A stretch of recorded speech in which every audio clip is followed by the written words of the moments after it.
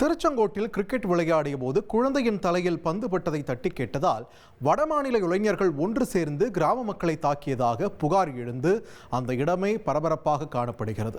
இது தொடர்பான கூடுதல் தகவல்களை வழங்க இணைகிறார் எமது செய்தியாளர் யவனசோழன். யவனசோழன், வணக்கம். இந்த புகாருடைய முழு பின்னணி என்ன? கிராம மக்கள் தரப்புல இருந்தும் அந்த வடமாநில இளைஞர்கள் தரப்புல இருந்தும் என்ன சொல்றாங்க? விசாரணையின் தற்போதைய தகவல்கள் நமக்கு தெரிவிப்பது என்ன? வணக்கம். நாமக்கல் மாவட்டம் திருச்செங்கோடு நகராட்சிக்கு உட்பட்ட செங்கோடம்பாளையம் பகுதியில தனியார் சைசிங் மில்ல 10க்கும் மேற்பட்ட வடமாநில தொழிலாளர்கள் தங்கி பணிபுரிஞ்சிட்டு இருக்காங்க. இவங்க தினந்தோறும் பக்கத்துல இருக்க காலி இடத்துல கிரிக்கெட் விளையாடுறது வழக்கம். அப்படி இன்னைக்கு விளையாடும் போது அந்த கிரிக்கெட் 9 மாத குழந்தை தலையில பட்டதா கூறப்படுது.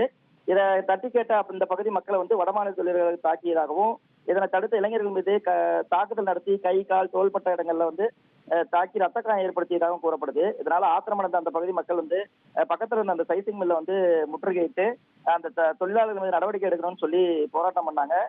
இந்த தகவல் இந்த சமூக தகவல் இருந்து திருச்செங்கோடு நகர காவல் ஆய்வாளர் அனுமதி தக்க நடவடிக்கை எடுப்பதாக கூறி உறுதி அளித்ததன் பேர்ல போராட்டம் விலக்கிக் கொள்ளப்பட்டது. மேலும் இந்த சம்பவம் காரணமா செங்கோடம்பாளையம் பகுதியில பெரும் பரபரப்பு ஏற்பட்டது.